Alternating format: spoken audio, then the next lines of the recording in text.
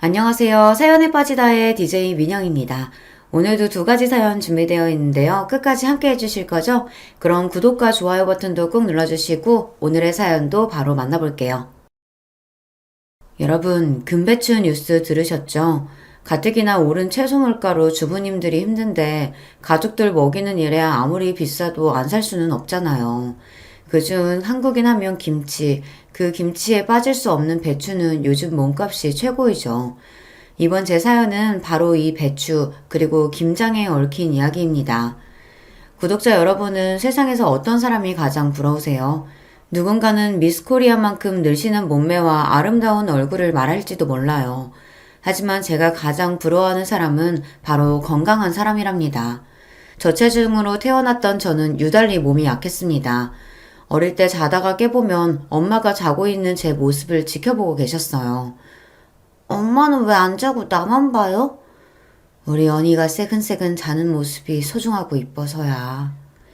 크고 나서 엄마가 그랬던 이유를 알게 되었어요. 자는 나를 보러 종종 내 방에 왔던 건 제가 갑자기 숨을 멈추고 곁을 떠날까 봐서였다고요. 그만큼 전 위태롭게 목숨을 부지하면서 커왔습니다. 놀이터보다 병원을 더 자주 갔던 저는 이름을 알 수 없는 검사도 많이 받았어요. 긴 시간 동안 마취해야 하는 큰 수술도 몇 번이나 받았고요. 모든 부모님이 자식 사랑에 아낌이 없다지만 특히 우리 엄마는 저를 살리신 분이라고 해도 과언이 아니죠. 체력이 약하고 잔병을 달고 사는 저에게 평범한 일상도 쉽지 않았습니다. 학교에서 가는 소풍이나 체육대회, 심지어 수학여행은 꿈도 꾸지 못했거든요. 고등학교 1학년 때 우리 학년 친구들은 저마다 분주하고 신나 보였죠. 연희양, 이번에도 넌 못 가? 함께 수학여행 가면 재밌을 텐데 아쉽다. 이번에는 무슨 일이 있더라도 나 갈 거야. 학교하고 집에 오자마자 엄마를 졸라댔어요. 엄마, 제발 한 번만.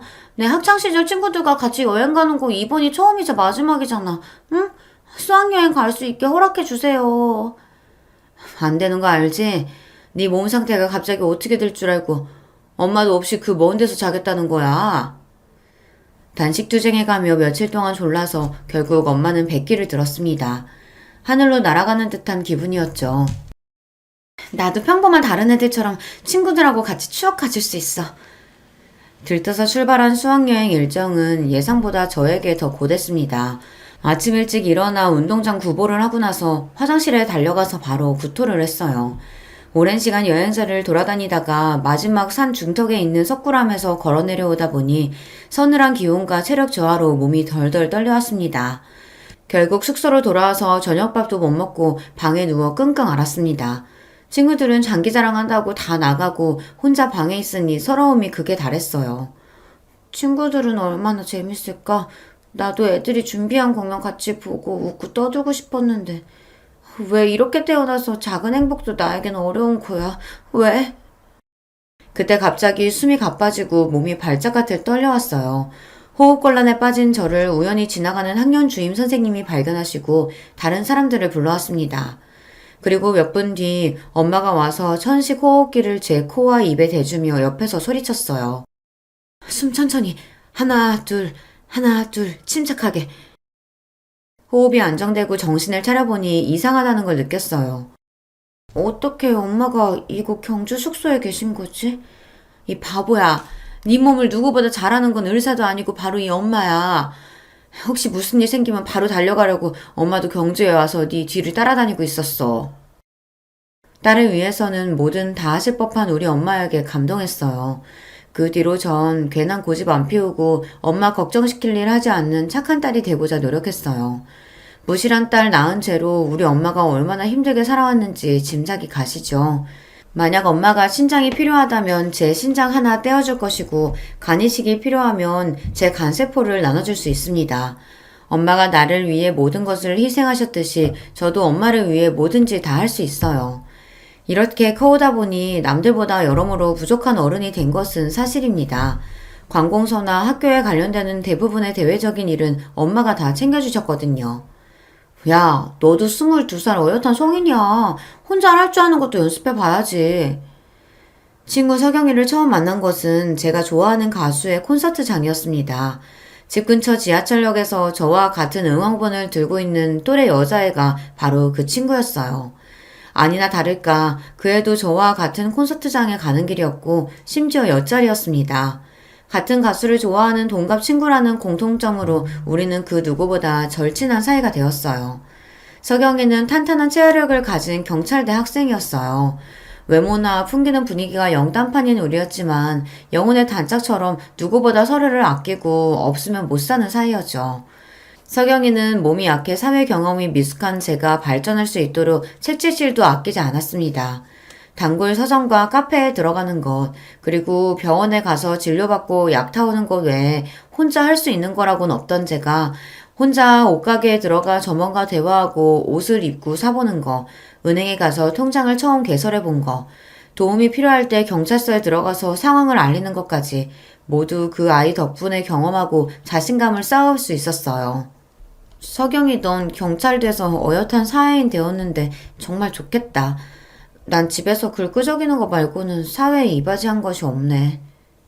왜? 돈 필요해? 부모님이 압박하셔? 우리 부모님이 아들 나한테 잘해주시지. 내가 이런 고민하는 것도 모르실 거야. 하지만 언제까지 아기처럼 부모님께 의지하고 살겠어. 나도 당당한 독립 해보고 싶고. 그럼 네가 써온 글들을 팔아봐.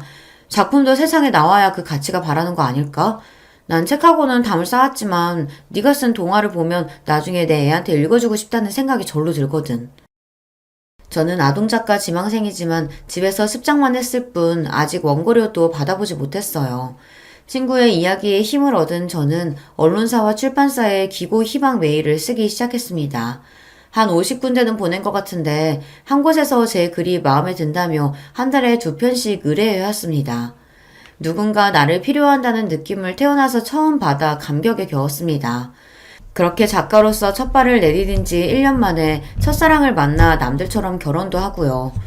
하지만 제 인생은 그 결혼을 기점으로 180도 바뀌었다고 해도 과언이 아닙니다. 제 남편은 시댁보다 더 자주 처갓집에 들락날락 하고 있어요. 마누라가 이쁘면 처갓집 기둥에 절을 한다더니 절 너무 사랑해서라고요. 천만에요. 저도 처음엔 그렇게 착각했죠. 그런데 남편의 목적은 다른 데 있었어요. 장인어른 사이 왔습니다. 요즘 날씨가 쌀쌀한데 이럴 때 장인어른은 어떤 외투 입고 다니세요? 그러면 친정아빠는 사이가 관심을 가져주는 것이 마냥 좋으셔서 여기저기 옷장을 열어서 당신 옷들을 죄다 보여주시죠. 한참 그 옷을 구경하던 남편은 몇 가지 골라서 아빠의 옷에 대해 이런 이야기를 늘어놨어요. 아니, 이건 버버리 거네요. 하지만 지금 장인어른에게 전혀 안 맞을 것 같은데 한번 입어보시죠. 그거 보세요. 사람은 나이에 따라 체형이 변한답니다. 게다가 그 색상은 장인어른의 주름만 부각돼서 더 나이 들어 보여요. 비싼 옷이라 중고로 버리긴 아까운데 어쩔까요? 이런 식으로 자기가 갖고 싶은 옷이 있다 싶으면 그 옷을 마구 깎아내리다가 아버지가 처치 곤란하실 테니 자기에게 버리라는 식으로 가져갑니다. 장모님, 제가 요즘 자꾸만 어지럽고 체력이 많이 떨어졌는데 오늘 저녁으로 뭐 좋은 거 없겠습니까? 아, 그래? 난 그런 줄도 모르고 불고기랑 김치찌개만 해놔버렸네. 우리 사위 힘날 만한 게 뭐가 있나? 입에 당기는 건 있고? 생각해보니 오늘은 장어가 땡기네요. 저번에 창고해보니 10년 묵은 더덕주도 있던데 또 둘이 궁합이 기가 막히지 않습니까? 이렇게 엄마를 꼬드겨서 장어나 소고기 등 값비싼 음식들을 매번 얻어먹습니다. 빈손으로 친정집에 가서 두 손 가득 무겁게 집으로 돌아올 때면 남편의 기분은 그렇게 좋아 보일 수가 없어요. 여보, 당신이 우리 친정 편하게 여기고 부모님께 살가운 건 너무 고마운 일인데요. 연로하신 부모님께 매번 얻어먹고 이것저것 받아오니까 이제 좀 민망하네요.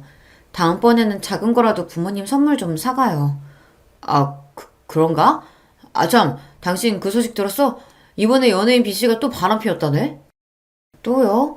그 사람 지금도 재혼한 처랑 있는데 진짜 못 쓰겠네.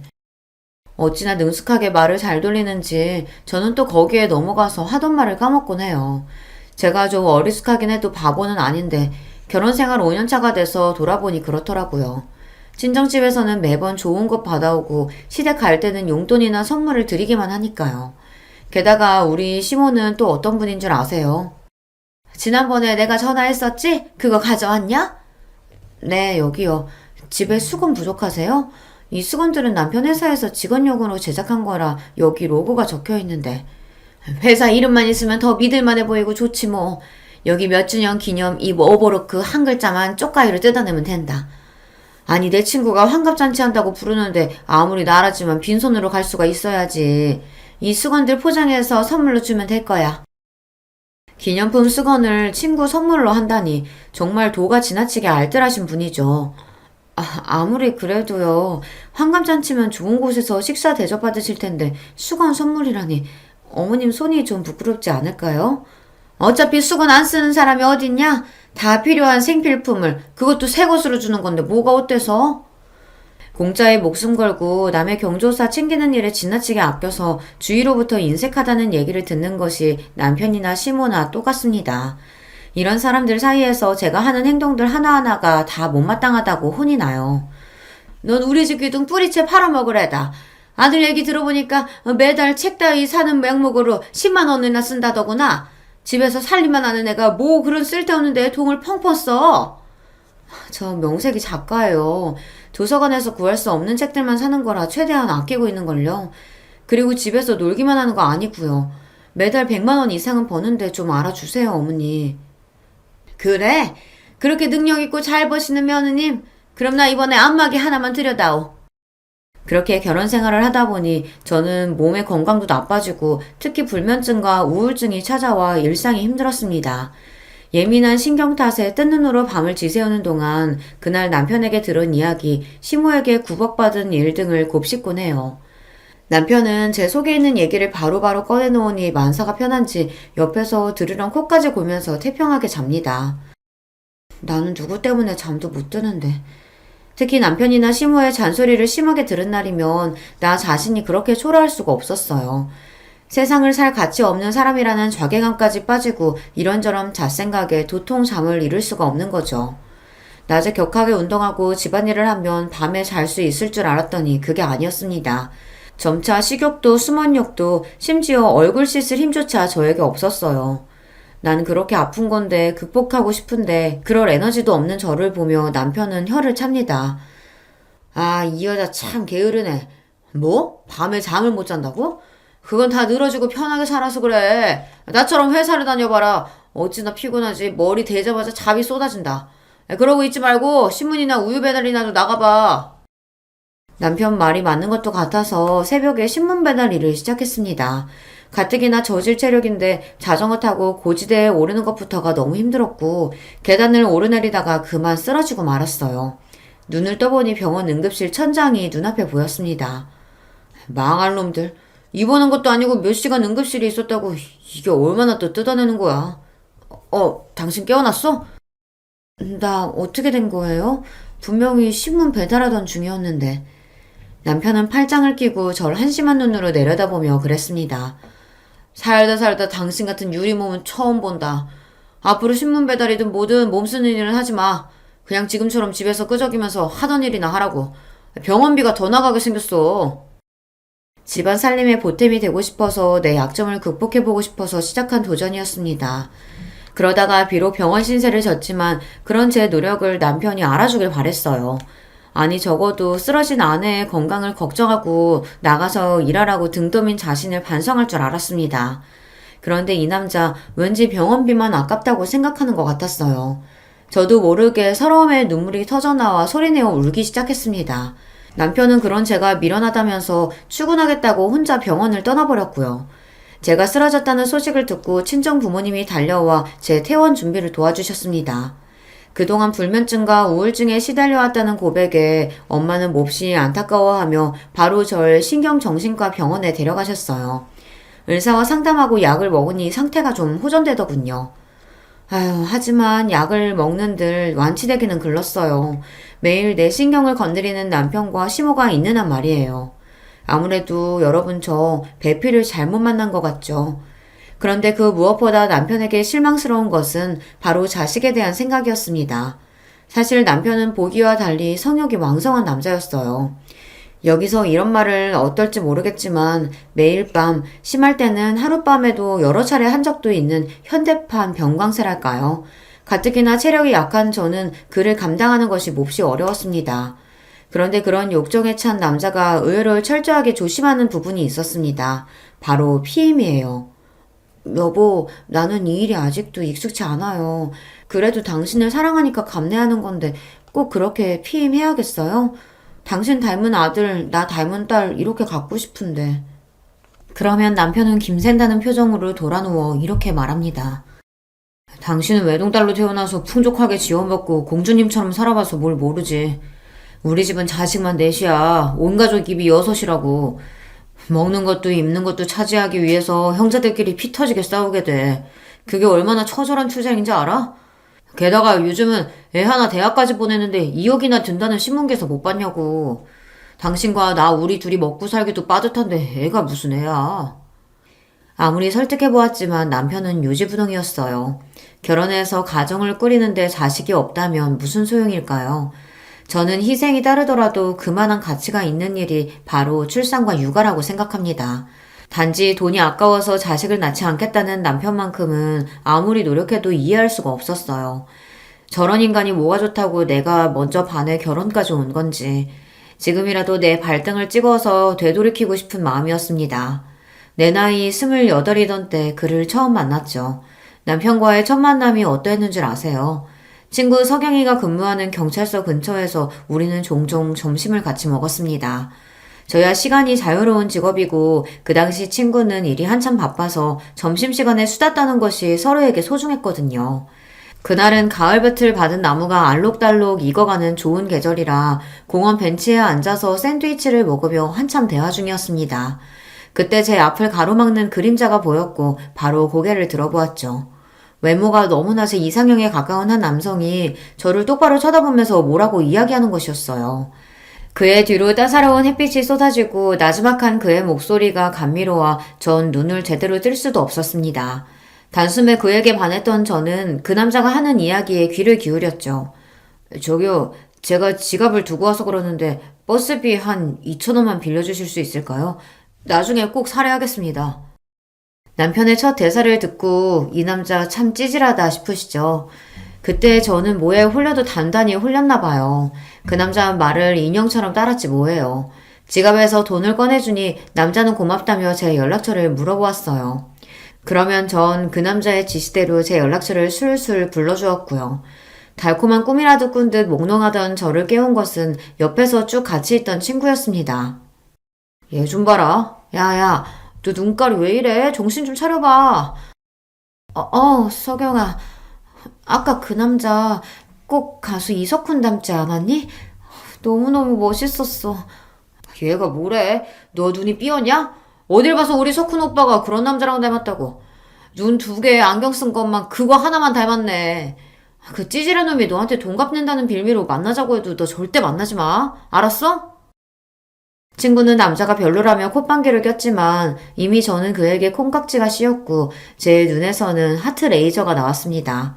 친구가 예상했던 대로 그날 저녁 그 남자에게서 카톡이 왔죠. 다음날 퇴근하고 만나자는 그의 제안에 가슴이 방망이질 쳤습니다. 다시 만난 그는 여전히 어제처럼 멋있었고 절 보자마자 커피 한 잔을 내밀었어요. 어제 빌린 버스비 대신에 커피로 샀어요. 괜찮죠? 그가 내민 것을 받아보니 편의점에서 파는 캔커피더군요.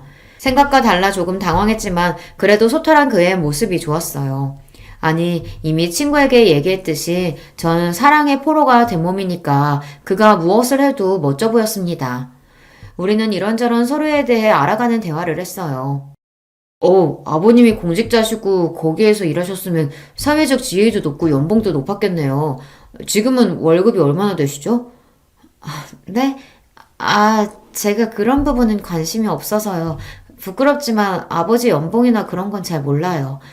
그저 이 부족한 딸 하나 차고 넘치게 키워주실 만큼 넉넉한 편이긴 한 것 같아요. 외동딸이시라. 그렇군요. 전 연희 씨 그런 순수한 모습이 참 좋습니다. 어제 처음 봤을 때부터 당신한테 반해서 버스비 핑계로 말 걸었던 거 아마 다 눈치챘을 거예요. 괜한 느낌인지 몰라도 그날 이후 남편은 저에게 더 다정하게 대해주었습니다. 그런데 살면서 부부싸움 하다가 남편이 내뱉은 실언으로 로맨틱한 첫 만남 그 이면에 도사리고 있던 냉혹한 진실을 알게 되었어요. 야, 네가 얼굴이 예쁘기라냐? 또 가슴은 남자처럼 납작해가지고. 뭐 네가 대단히 예뻐서 내가 들이대는 줄 알아? 너희 아버지가 공직자에 재산도 좀 있어 보였는데 외동딸이라고 해서 그래서 널 아내로 삼아야겠다 싶은 마음에 연애 시작한 거야. 지가 뭐 여자로서 매력이 넘쳐서 가만히 있으면 알아서 남자가 꼬인다고 생각해왔다니. 순진한 건지 착각 속에 사는 건지 원. 다른 여자들처럼 애교 부리는 법이나 살림 잘하는 법, 하다못해 밤에 남자 만족시키는 법이라도 좀 연구해보라고. 분명히 똑똑히 기억합니다. 결혼 1년차 때 술에 잔뜩 취해 들어온 남편에게 잠자리를 거부하자 그는 이렇게 말하고는 입은 옷 그대로 거실 소파에 엎어져 잠들었어요. 남편의 말이 믿기지 않아서 그 말이 이미 제 가슴을 갈기갈기 찢어버렸기에 전 그날부터 잠을 잘 수가 없는 거예요. 어찌나 충격이 컸는지 지금 이날까지 그 말이 토시 하나 까먹지 않고 다 기억이 난다니까요. 그렇지만 하늘도 무심하죠. 저의 불면증과 우울증이 극심해지기 시작한 사건이 생겼습니다. 그 일은 바로 우리 친정집의 몰락이었어요. 그러다 친정아빠가 은퇴하시고 노후 대비로 모으신 재산을 관리하시던 분이 돈을 몽땅 들고 잠적해버렸거든요. 당장 다달이 나오는 공무원 연금으로 부모님 생활비와 병원비 모두를 감당하기에는 빠듯한 사정이 되었습니다.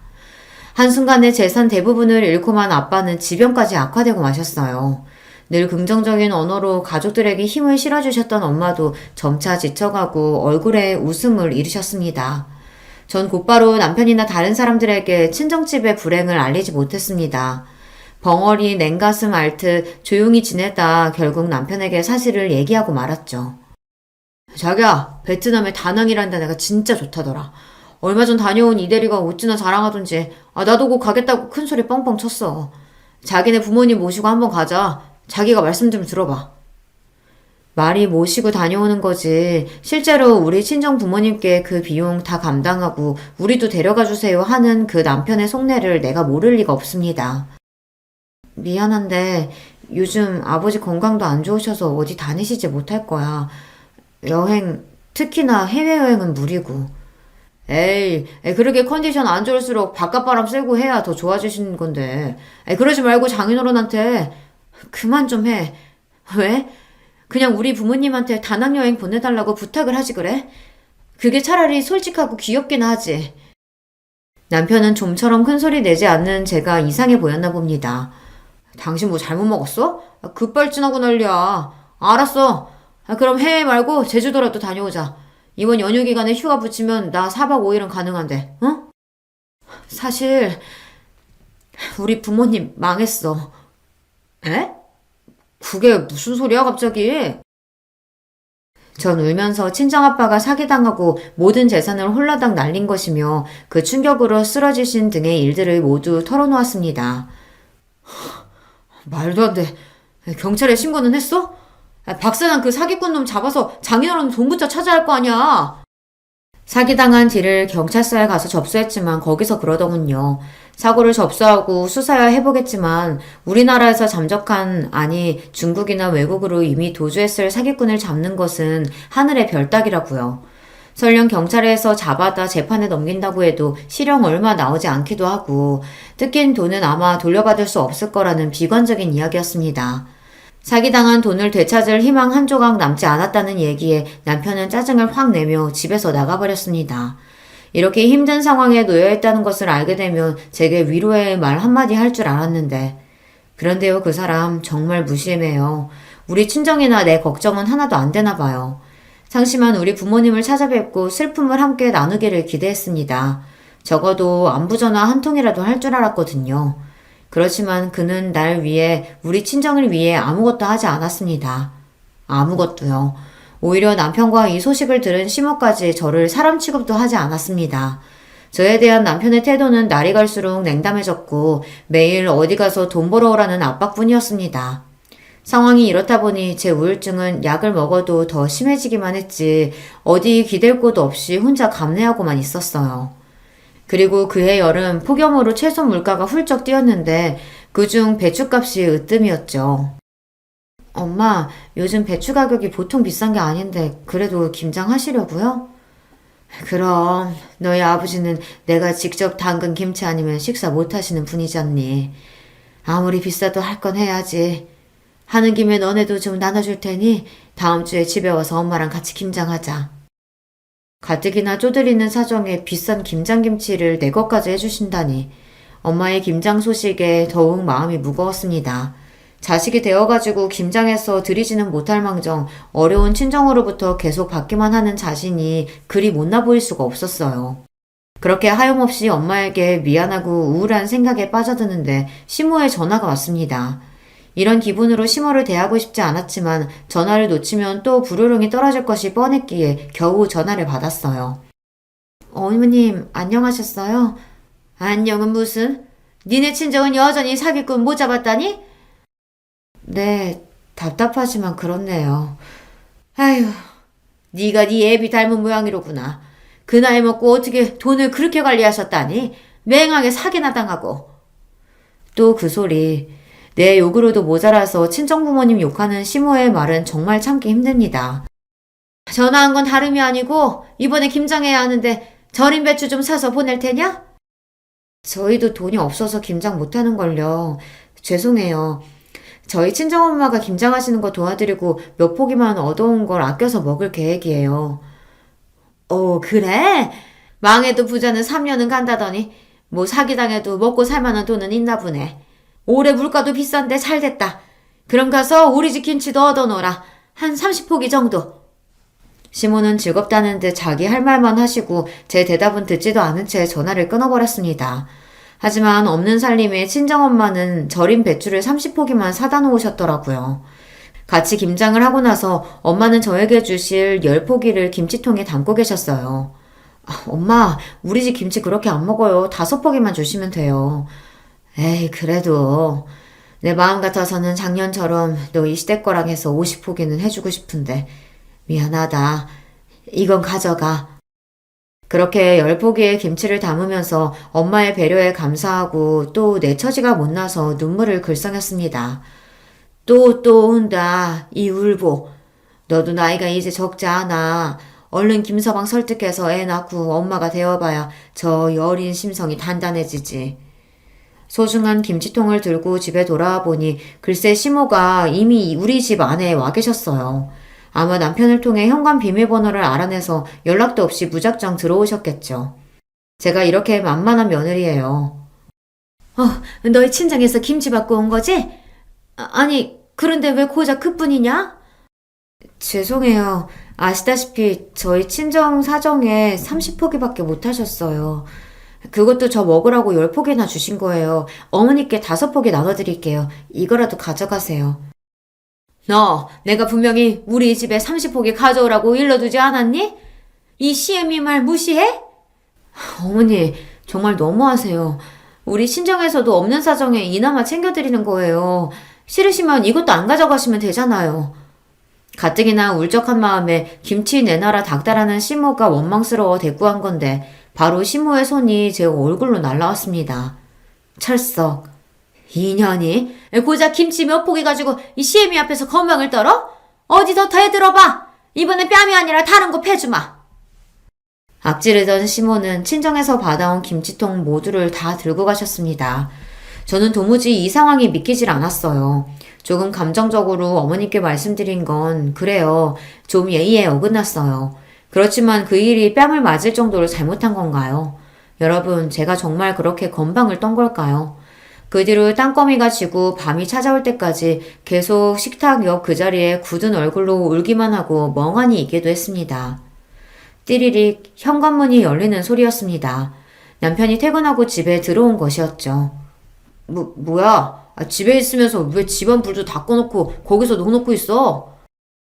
아까 당신 어머님이 나한테 무슨 짓 했는지 알기나 해요? 우리 친정 김치 덜 가져왔다고 내 뺨을 치시더라고요. 왜 나는 매번 친정 것을 당신과 당신네 집에 퍼다 나라는 사람이 되어야 하죠? 도대체 왜? 벌떡 일어나 분을 이기지 못하고 팔을 휘두르다가 식탁에 있던 우울증 약이 바닥에 떨어졌습니다. 떨어진 약봉지를 들어보던 남편은 획하고 무서운 눈초리로 쏘아보며 물었어요. 이 양 뭐야? 정신과? 너 정신병 들었냐? 말 함부로 하지 마세요. 정신병이라니. 요즘 스트레스가 심해서 우울증이 생길 것뿐이에요. 이게 다 당신과 어머님 때문에. 미친년. 정신병자가 할 핑계도 많다. 맹아 네가 그래도 데리고 살만했던 건 네 부모가 가진 돈이 있어서였어. 그런데 지금은 아주 산거지가 다 됐지. 이럴 때일수록 남편한테 잘하고 시부모님 공경할 줄 알아야지. 넌 상황 파악도 안 되냐? 아 됐어. 너 같은 거 필요 없으니까 이혼해. 이 집에서 나가. 아 빨리. 남편 말에 더한 충격을 받은 제가 정신을 차리고 보니 슬리퍼 차림에 핸드폰이나 지갑도 없이 집 밖에 나와 있었습니다. 이제 가을로 접어들어 쌀쌀한 날씨를 체감했지만 저에겐 아무것도 없었어요. 그렇게 1시간이 넘게 걷고 걸어 친구네 집에 갔습니다.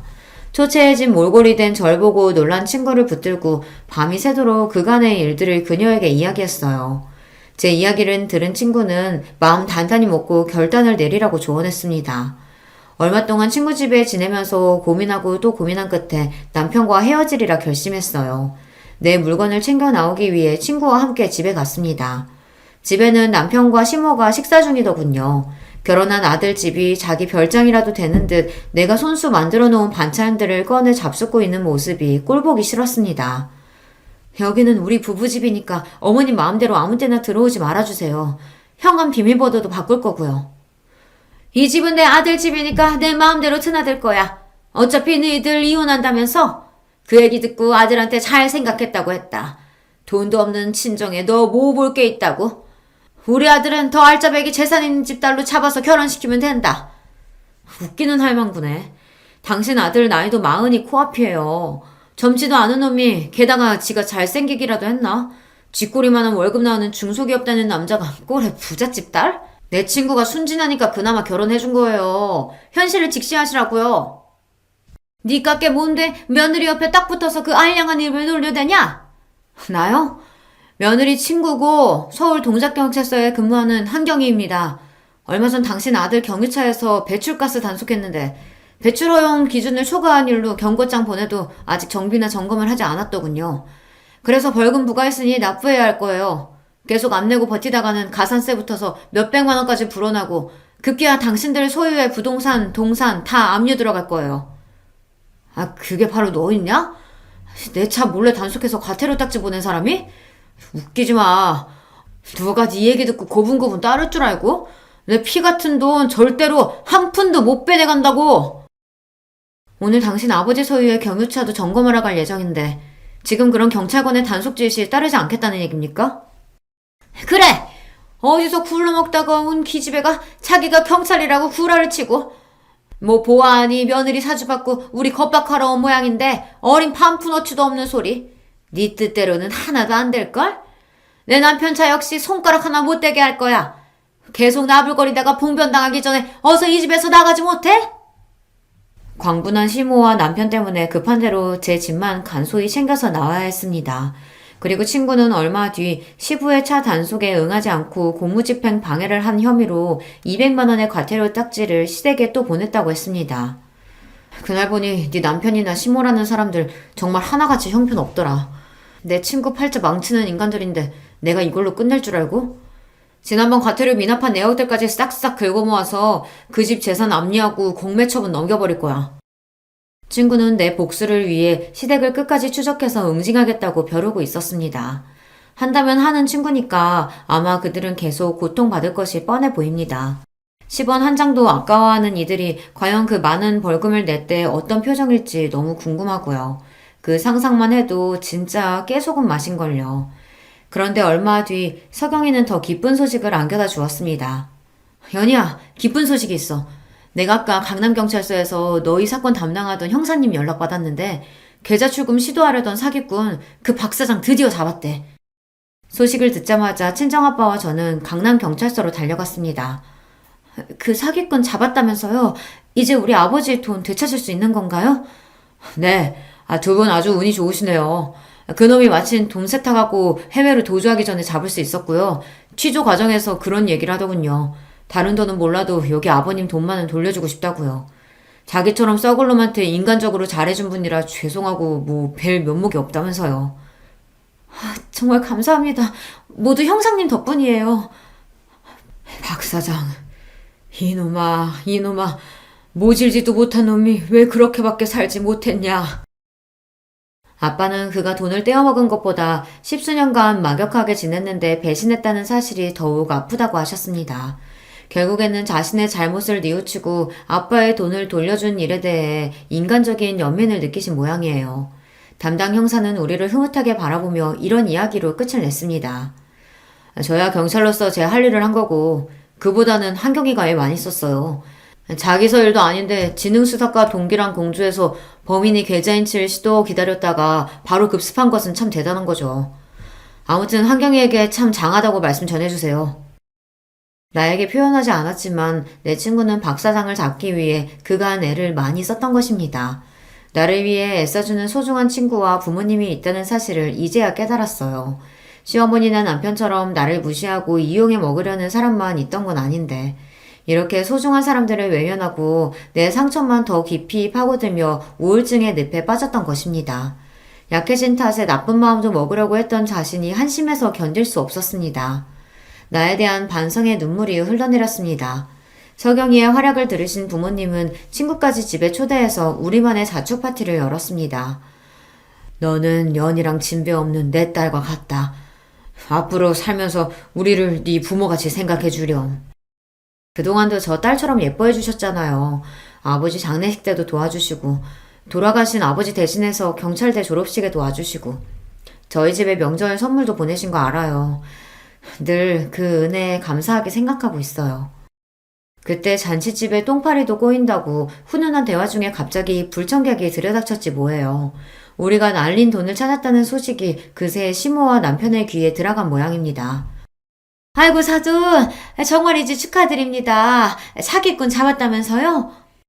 그들의 방문으로 그 자리에 있던 모두의 얼굴이 굳어버렸지만 찾아온 손님이기도 하고 이혼하기 전 서류상은 가족이니 엄마는 그들을 집에 들이신 겁니다. 장인어른, 그럼 잃었던 돈은 다 찾으신 거예요? 그게 진짜 얼마나 되는 겁니까? 100억은 좋긴 넘지. 남편과 시모는 100억이라는 소리에 뒤로 넘어갈 듯 놀라워했습니다. 사돈이 부자인 줄은 알았지만 그 정도의 재력가이신 줄은 미처 몰랐습니다. 이제라도 돈 되찾았으니 얼마나 다행이에요. 저 역시 처음 듣는 소리에 놀라서 조용히 엄마의 귓가에 솟아였죠. 엄마, 우리 집에 재산이 그 정도였어요? 100억? 100억은 무슨... 그치만 너희 아버지가 뭐라고 말씀하시는지는 좀 지켜보자꾸나. 이후 벌어지는 시모와 남편의 말과 몸짓은 코미디 저리 가라 할 정도로 우스꽝스러웠죠. 정말 저 사람들이 나를 무시했던 사람들과 동일 인물인가. 시모에게 뺨을 얻어맞은 일은 내 착각이 아닌가 싶을 정도로 갖은 가머니설과 아양을 떨어댔어요. 이렇게 좋은 날을 그냥 보낼 순 없죠. 제가 나가서 비싼 와인 좀 사올게요. 모두 함께 축배를 드시죠. 그 전에 말이지, 사위. 우리 정산할 것이 있지 않은가? 갑자기 아빠는 온화한 미소를 거두시고 안방에서 어떤 서류를 가지고 나와 남편과 시모에게 보여주셨습니다. 이것은... 하지만 장인어른, 이건 형식상 쓰자고 하지 않으셨습니까? 세상에 형식상이란 것은 없네. 경찰서나 재판장에 나아가 이 서류 제출하면 거기 쓰여져 있는 그대로 믿겠지. 안 그런가? 낯짝이나 양심이 있다면 자네나 자네 모친도 그렇게 엉덩이 뒤밀고 우리 집까지 올 수는 없는 법. 자네가 내 딸한테 안겨준 모욕 그 이상을 앞으로 난 자네에게 돌려주겠네. 첫 번째로 나한테 빌려간 1억 5천만 원과 그 밀린 이자. 당장 가져오지 않으면 법적으로 나설 테니 그리 알게나. 남편은 아빠의 말을 듣고 차용증을 손에 구기고선 벌벌 떨기 시작했습니다. 1억 5천이나? 그게 무슨 소리냐 아들아? 저기 사돈, 시간 주시면 아들이 천천히 갚을 테니까. 아니지. 당신 딸이 내 며느리요. 내 아들이 아는데 설마 사이에게 소장까지야? 진심으로 하는 말씀은 아니겠죠. 당신 딸 정신병자라도 우리가 잘 보듬고. 이 양반이 남의 집 귀한 딸을 뭐라고 짓거리는. 정신병자? 우울증 가지고 정신병 취급을 하다니. 저 말하는 뻔세를 보니 알만하네. 그동안 얼마나 내 딸 무시하고 괴롭혔는가? 그렇게 화가 난 엄마의 모습은 이전에도 이후에도 본 적이 없습니다. 엄마는 갑자기 부엌에 들어가서 김치 한 포기를 손에 말아주고 나오셨어요. 그리고 바로 시모의 얼굴에 그 귀한 김치를 냅다 던져버렸습니다. 자, 이 김치나 먹어. 내가 한 김장김치 필요하다면 네가 내 딸 칼거댔다지? 자, 원하던 그 김치 당신 얼굴로 담아가쇼. 어떤 아침 드라마에서 장모가 사위의 뺨을 김치로 휘두르던데 그걸 먼저 봤다면 우리 엄마도 아마 시모의 얼굴을 그렇게 만들었을 거예요. 시모의 얼굴에서 김치 양념이 뚝뚝 떨어지고 당한 일에 충격받고 서 있던 시모의 모습을 보니 알터니가 빠진 듯 시원했죠. 우리 부모님이나 저나 평소 평온하고 온화하게 언행을 하던 사람들인데 우리가 이렇게 세게 나올 줄은 아마 몰랐을 겁니다. 그 사람들 당황했지만 겁을 먹었는지 그 김치 구덩이 얼굴을 수습도 못한 채 내빼고 말았죠. 그 우스운 모습에 우리 가족은 모두 박장대소를 했습니다. 그런데 아버지, 그게 무슨 말씀이세요? 남편에게 차용증이라뇨. 돈 빌려주셨어요? 저 비열한 자식이 네 우울증을 빌미로 이혼하겠다고 날 찾아왔더구나. 정신병력으로 이혼 소송 걸면 당신 딸은 바로 이혼이 된다고. 그걸 무마하는 조건으로 1억 5천만 원 빌려달라며 뻔뻔하게 요구했지. 뭐 저런 돈벌레 같은 놈이 다 있어요? 자기 마누라를 팔아서 장인어른한테 돈을 뜯어냈다고요? 속으로는 크게 실망하고 분노했지만 딸 생각해서 일단 따라줄 수밖에 없었다. 하지만 혹시나 모른다는 마음에 형식적으로 차용증을 쓰자고 사위를 설득했지. 내일 변호사 만나서 그 차용증으로 할 수 있는 응징 방법 다 찾아낼 거다. 저 빌어먹을 놈의 자식, 물불 가리지 않고 내가 모든 수단 동원해서 끝장내버릴 테다. 모두에게 정말 죄송해요. 엄마, 아빠, 석영이까지 저 아니면 저렇게 나쁜 사람들에게 이런 꼴까지는 안 당하고 사셨을 텐데 이게 다 제가 못나서예요. 진심으로 모든 가족에게 미안했습니다. 우리는 모두 함께 한마음으로 펑펑 울었어요. 저는 결심했습니다. 내가 사랑하는 사람들을 위해서 그들을 지켜내기 위해서 더 강하고 현명해져야 한다고요. 의지를 다지고자 다음날 새벽 5시에 일어나서 동네를 한 바퀴 뛰고 걸었습니다. 체력이 약하다는 이유로 운동도 하지 않았던 제 약한 몸뚱아리는 최악이었어요. 약 3km의 거리, 남들은 3, 40분이면 한 번에 갈 거리를 전 몇 번이고 주저앉아 숨을 헐떡대고 다시 일어나 걷고 또 걸어야 했으니까요. 무려 1시간 반 동안 운동하고 온 저는 집에 들어와 탈진한 듯 쓰러진 뒤 미친 듯이 밥을 먹었습니다. 엄마는 제가 이렇게 먹성 좋게 잘 먹는 모습을 처음 봤다며 대견해 하셨어요. 그날 이후로 전 하루도 거르지 않고 새벽 운동을 나가고 있습니다. 그리고 식사 뒤 바로 책상에 앉아서 해가 질 때까지 글을 씁니다. 이렇게 쓰고 또 쓰다 보면 언젠가는 세상에 내놓을 괜찮은 글이 나올 거라고 믿음을 갖고 말이죠. 한 걸음 한 걸음 저는 더 성장하고 강해지려고 매일 노력하고 있습니다. 그런데 도망갔던 남편과 시모는 뭐하고 있냐고요? 아빠의 변호사는 대여금 반환 선고 소송을 진행하고 계세요. 아빠 변호사 말로는 한 번도 이자나 원금조차 갚지 않았던 사실이 불리하게 작용해 바로 법원에서 지급 명령이 떨어질 거래요.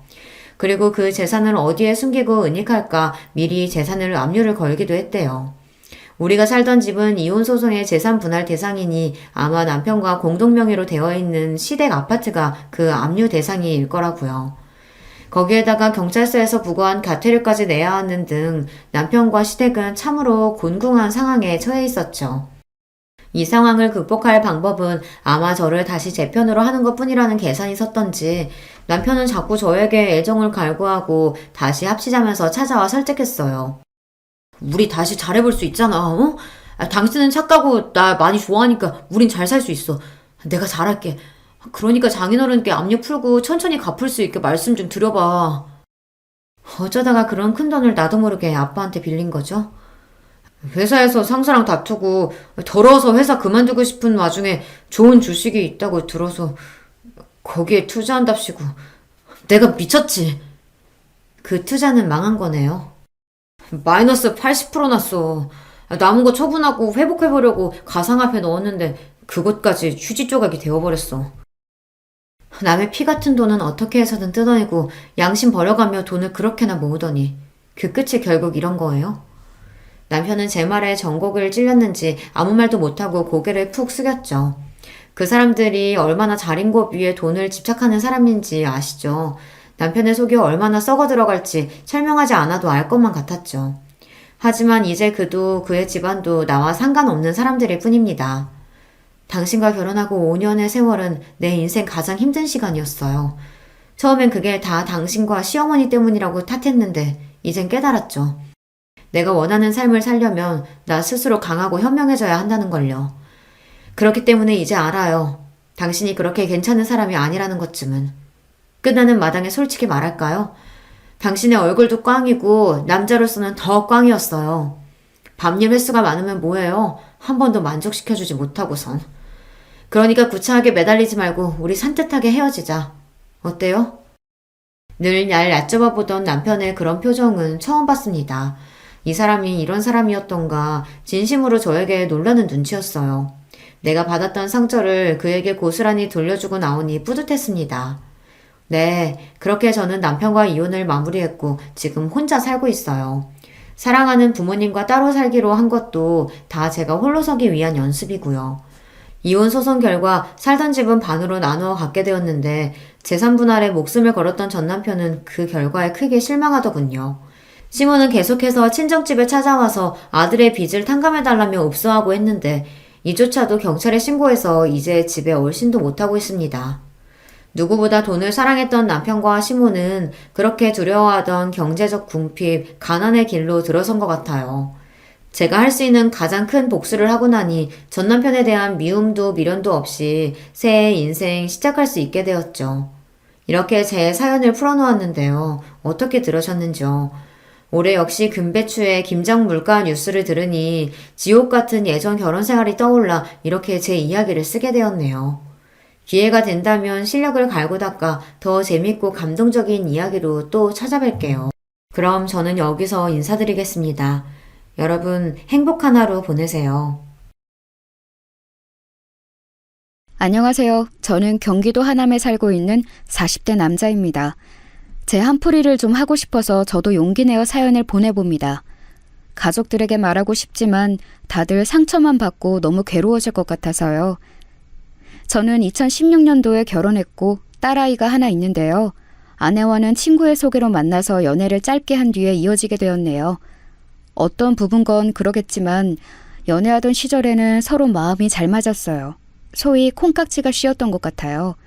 그런데 결혼할 무렵부터 둘이 싸우게 되었고 그건 결혼하고 나서도 쭉 이어지게 되었어요. 당시에 주변에서는 대부분 신혼에 많이 싸운다길래 그런 줄 알았는데 아내의 불만은 가벼운 사항이 아니었어요. 오빠, 나는 이해가 안 가. 그래도 어머니가 2억까지는 해주실 수 있는 거 아니야? 그렇게 어거지로 계속 밀어내시면서 안 된다고 그러시고 나중에 애기 낳으면 더 큰 집으로 해주신다는 거 이거 말이 돼? 해주실 수 있는데 안 해주시는 거랑 돈이 없어서 못 해주시는 거랑 다르잖아. 아무리 내가 많이 해온 게 없다고 하지만 너무 무시하시는 것 같아. 어머니 말투도 너무 사나우시고. 아내는 이렇게 툭하면 저에게 불만을 털어놓았고 여기 나온 내용 그대로 우리 어머니와 사이가 안 좋았답니다. 결혼할 때 저희 어머니가 하신 말씀이 그리 상처가 됐다나요? 어머니는 아직까지도 이때의 판단을 후회하시긴 하지만 전 잘 모르겠네요. 일단 니네 둘이서 신혼으로 시작하는 거니까 너무 큰 평수에 살 필요는 없잖아. 형편대로 시작하는 게 좋을 거야. 네 형은 애도 있고 하니 그쪽 집 늘려주느라 돈이 많이 들어가더라. 20평대가 둘이 살기 그렇게 좁지 않으니까 그렇게 차차 늘려가봐. 나중에 애기 낳으면 그때 가서 더 넓혀도 되니까. 어머니의 이 말씀이 뭐가 그렇게 불만인지 저는 이해가 잘 안 돼요. 아내는 연신 화가 나서 그때부터 표정이 나빴고 그전엔 우리 어머니에게 그렇게 팔짱 끼고 매달리더니 태도가 바뀌었어요. 신혼집에 어머니가 어쩌다가 한번 오셨을 때 그렇게 짜증스럽게 굴더라고요.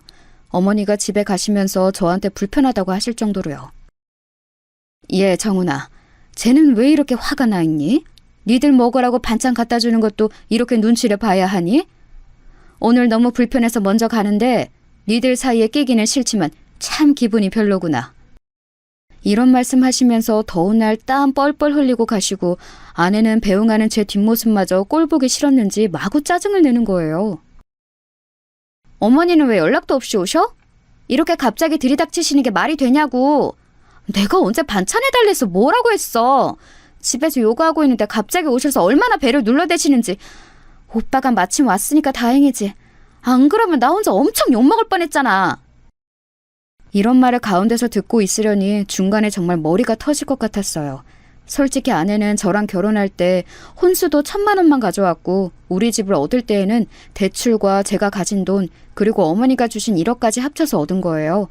역 근처에 투룸 빌라를 얻기가 쉽지 않았지만 그래도 구했고 어찌어찌 주변 형들이나 우리 형들로부터 도움을 받아 리모델링도 깔끔히 해서 들어왔는데요. 아내는 그 꼴도 마음에 안 든다는 거예요. 친구들한테 보여주기 부끄럽다나요? 아니, 나도 잘한 거 없고 얼마 안 가져오긴 했지만 오빠도 알다시피 나도 직장 다니면서 일이 많았단 말이야. 그래서 돈을 얼마 못 모은 것뿐이야. 그리고 나는 이렇게 빨리 결혼하고 싶지 않았어. 오빠가 하도 준비가 다 되었다고 하니 결혼하면 집에서 살림만 하라고 하니 회사를 그만둔 거지. 근데 집도 생각보다 너무 세팅이 덜 되어 있고 나는 회사를 괜히 그만뒀다 싶고 좀 요즘 너무 우울해. 친구들 부르기도 마음에 안 들고. 오빠도 세정이 알잖아. 걔 개포동에 장미 아파트 들어갔어. 나 너무 짜증나서 집들이 안 가고 SNS로 봤는데 좋기 35평 되는 돼 보이더라. 걔도 시부모님이 해주신 집이야. 이러면서 비교를 하는데 우리는 정말 하루가 멀다 하고 싸웠어요. 그러더니 아내는 시간이 좀 지나 급 태세를 바꾸더니 아기를 얼른 갖고 싶다고 하더군요. 저도 당시 스트레스가 많았고 우리 사이에 아이가 없어서 이렇게 하루가 멀다 하고 싸우나 싶기도 했네요. 하지만 아내는 그냥 그런 생각을 한 게 아니라 다른 데에 마음이 가 있었더군요. 바로 우리 어머니가 좀 더 집을 더 큰 데로 옮겨주지 않을까 생각했던 것 같아요. 임신하고 나서 안정기가 되었고 가족들에게 알렸을 때에도 모두 좋아했는데요. 아내는 그때부터 단톡방에 조금 티를 내기 시작했어요. 와중에 저희 형수님과도 사이가 나빴고 형수님은 아내가 불편하다며 단톡방을 나가버리셨지만요. 안녕하세요. 오늘도 날씨가 너무 좋네요. 뱃속에 우리 아기 나오면 다 같이 여행 가면 너무 좋을 것 같아요. 오늘도 열심히 태교할 테니까 우리 애기한테 좋은 말 한마디씩 다 해주세요. 이러면서 되도 않는 덕담을 강요하고 하여간 아내는 여러모로 피곤한 구석이 있었답니다. 어떤 면에서 형수님과도 안 맞았는지 못 들었지만 대충 짐작은 가요. 저희 형이 이런 식으로 말을 했거든요. 야, 정훈아. 나도 애지간해서 니네 부부 일에 끼기 싫은데 네 형수가 너무 피곤해해. 아무래도 재수씨, 우리 집에 좀 자격지심이 있는 것 같아. 네 형수한테 전에 뭐라 긁어댔다잖아. 뭐 형님만 애기 키우신다고 넉넉하게 사시는 줄 아냐고. 자기도 애기 생겼고 어머니가 집 해주실 거라고 했다나? 그게 엄마랑 확실히 된 얘기는 맞는 거야? 나도 바빠서 대충 들었는데 어이가 없더라고. 네 형수 말로는 재수씨가 그렇게 같이 있을 때 살살 긁어댄다는 거야. 은근슬쩍 일도 시켜대고 말이지. 자기 임신했다고. 거 듣고 보니 나도 썩 좋게 보이지는 않는데 말할 타이밍이 아니라서 참았어. 아무튼 너도 알고는 있으라고. 형 말을 듣고 저는 고개를 절레절레하며 안에서 새는 바가지, 밖에서도 샌다고 도대체 왜 저러는지 모르겠더라고요. 일단은 그러려니 하고 참았던 이유는 아이를 출산하기 전까지 과하게 아내랑 싸우기 싫었어요. 시간이 지나 아기가 태어났고 육아하는 방식으로도 우리는 새롭게 충돌하게 되었어요. 신생아 시절에는 우리 어머니가 와서 몇 번 봐주셨는데 아내는 아예 몇 번 어머니께 맡기고 반나절 넘게 안 돌아오기도 하고 무턱대고 어머니 댁에 아기를 놓고 가기도 하는 등 멋대로였답니다. 그러면서도 집이 좁다고 계속 어머니께 불평을 했었나 봐요. 저한테도 말할 정도니 오죽했겠나요? 오빠, 지금 애기 장난감이랑 침대랑 잔뜩 있는데 좁아 터지겠어. 어머니도 오실 때마다 보고 뭐 느끼시는 거 없나? 이제 슬슬 새로 집 알아보실 때 된 것 같은데. 왜 먼저 말씀을 안 하셔? 나 계속 이렇게 기다리기 힘들어. 여기서 전 폭발했고 뭘 그렇게 요구하는 게 맞냐며 대차게 싸웠어요. 유미야, 어머니가 뭘 그렇게 너한테 빚진 거 마냥 해주셔야 돼? 너는 어머니가 이 집에 1억 주신 것도 감사한 게 없어? 그럼 너가 갖고 왔으면 됐잖아. 왜 너가 돈이 없었던 건 사정이 있는 거고 우리 어머니가 못 대주시는 건 그렇게 화가 나는 일이야? 게다가 어머니 무릎도 안 좋으신데 저렇게 반찬 갖고 오시고 지영이까지 봐주시는 건 감사한 게 없어? 정말 사람을 하다 이렇게까지 질리게도 할 수 있구나. 너 네가 어떤 사람인지 좀 알아야 해. 제가 한 말이 크게 틀린 말도 아니지만 이 말이 통할 사람이었다면 아내는 애초에 그런 짓들을 하지도 않았겠죠. 아내는 제 말에 서럽다면서 집을 나가버렸고 새벽녘에나 들어와서 애 옆에서 쪽잠을 자더군요. 이날 저는 연락도 안 되는 아내를 기다리며 밤새 우는 애를 끌어안고 있느라 보통 애를 먹은 게 아니었어요. 그럼에도 아내는 계속해서 저에게 불만을 쏟아대고 별의별 말들을 보내면서 피곤하게 굴더라고요. 오빠는 오빠가 나한테 얼마나 잘못을 많이 했는지 알아야 돼. 내가 지영이 낳으면서 얼마나 고생했는지 알아? 온몸이 다 아프고 아직도 회복이 안 됐어. 산후 우울증 심해서 눈물만 나. 이런 말들을 해대며 급기야 아이가 3살이 되던 해에는 일을 하겠다며 어린이집에 보내더군요. 나 이렇게 아무런 능력도 없는 사람 아니야. 애 키우면서 이렇게 집에만 들어앉아 있으니 오빠도 나를 계속 무시하고 어머니도 툭하면 불러대시지. 나 일할 거고 지영이는 어린이집 보낼 거야. 그렇게 알아. 그러면서 애를 보내고 출근을 한다더니 매일같이 늦게 들어오고 뭔 놈의 야근이 저보다 많은지 이해가 안 되었어요. 무슨 휴대폰 판매 홍보 회사라고는 하는데 화려하게 차려입고서는 나가더군요. 이미 아이 돌 때부터 우리는 심한 냉전이 시작되었고 입만 열면 싸웠기 때문에 대화도 많이 안 했어요. 그러다가 아이가 5살이 되고 저한테 뭐 하는 일이 많아졌다고 자꾸 육아를 미루는 거예요. 어린이집 엄마들이랑도 좀 어울리는 것 같더니 거기서도 싸움이 나서 또 따로 다니고 이 관계 안에 결국 우리 애만 피해서 보는 듯 했답니다. 말이 좀 트기 시작한 딸아이가 이때 꽤 상처를 받았어요. 아빠, 나 예지랑 놀고 싶은데 엄마가 이제 예진의 엄마랑 안 논대. 나도 예지 생일 파티 가고 싶어. 근데 가면 안 된대, 엄마가. 우리 반에서 나만 못 가. 이런 상황을 겪고 아내와 대화를 하려치면 아내는 저에게 아이에 대해서 아는 게 뭐가 있냐면서 자꾸 말을 끊어버렸어요. 아내는 직장을 다닌답시고 매일 늦게 오고 어쩌다가 가끔 어린이집 엄마들이랑 연락을 해서 주말에도 나가더니 그것도 안 하고 애도 잘 안 보려고 하더군요. 저는 갈수록 이런 결혼 생활에 무슨 의미가 있나 싶었고 어머니는 저희 부부 사이에 대한 걱정이 많으셨어요. 드러내지 않으려고 했지만 아이가 5세 되던 무렵부터 아내는 명절에 저희 본가에 가는 것을 거부했거든요. 나는 안 갈 거야.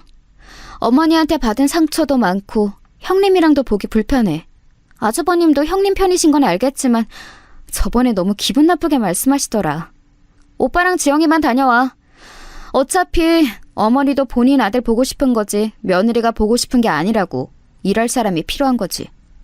나도 얘기하기 귀찮으니까 빨랑드 준비해서 나가. 그러면서 시댁에는 저와 아이 둘만 다니게 되었고 집에 돌아오면 아내는 늘 소파에 널브러져서 자고 있더군요. 아이가 가운데서 눈치 보며 눈물 짓고 불안해하는 게 느껴졌고 그래서 저는 아이 앞에서는 최대한 감정을 드러내지 않았어요. 하지만 그러고 얼마 지나지 않아 아내는 갑작스레 충격적인 선언을 하더군요.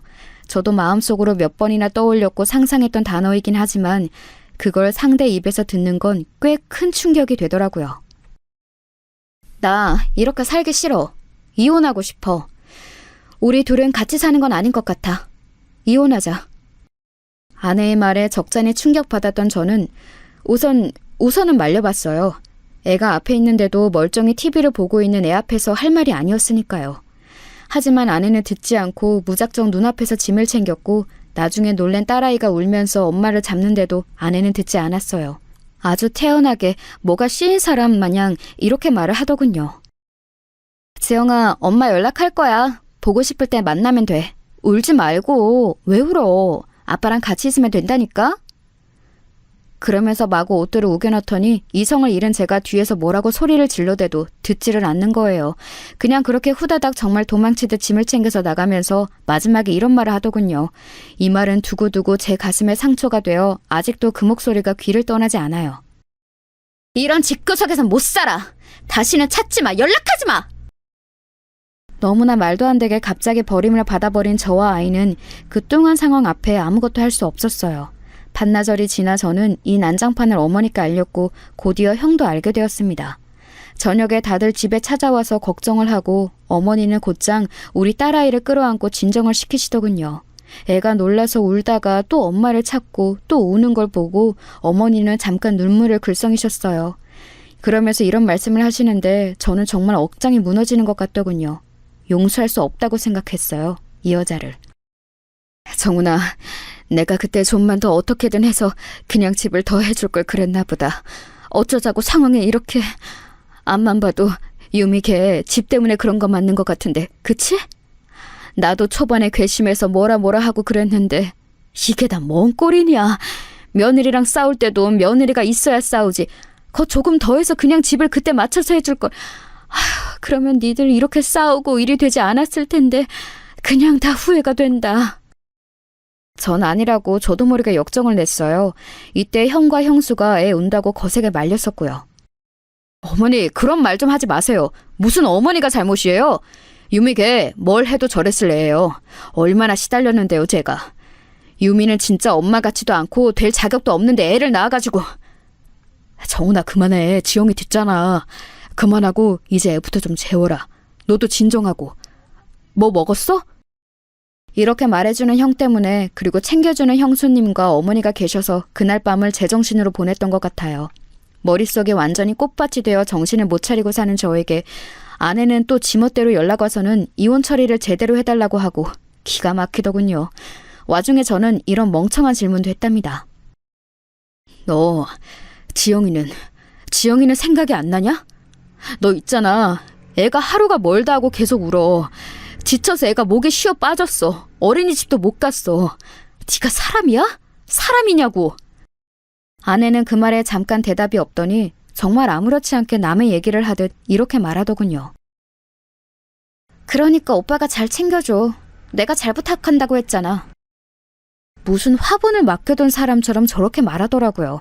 이때 입안에서 온갖 육두문자가 쏟아지는데 아내는 너무 얄밉게도 그 말도 다 듣지 않고 끊어버렸어요. 그 뒤로 문자나 떡하니 보내가지고 빨리 처리해달라 질질 끓기 싫다고 재촉만 해놨더라고요.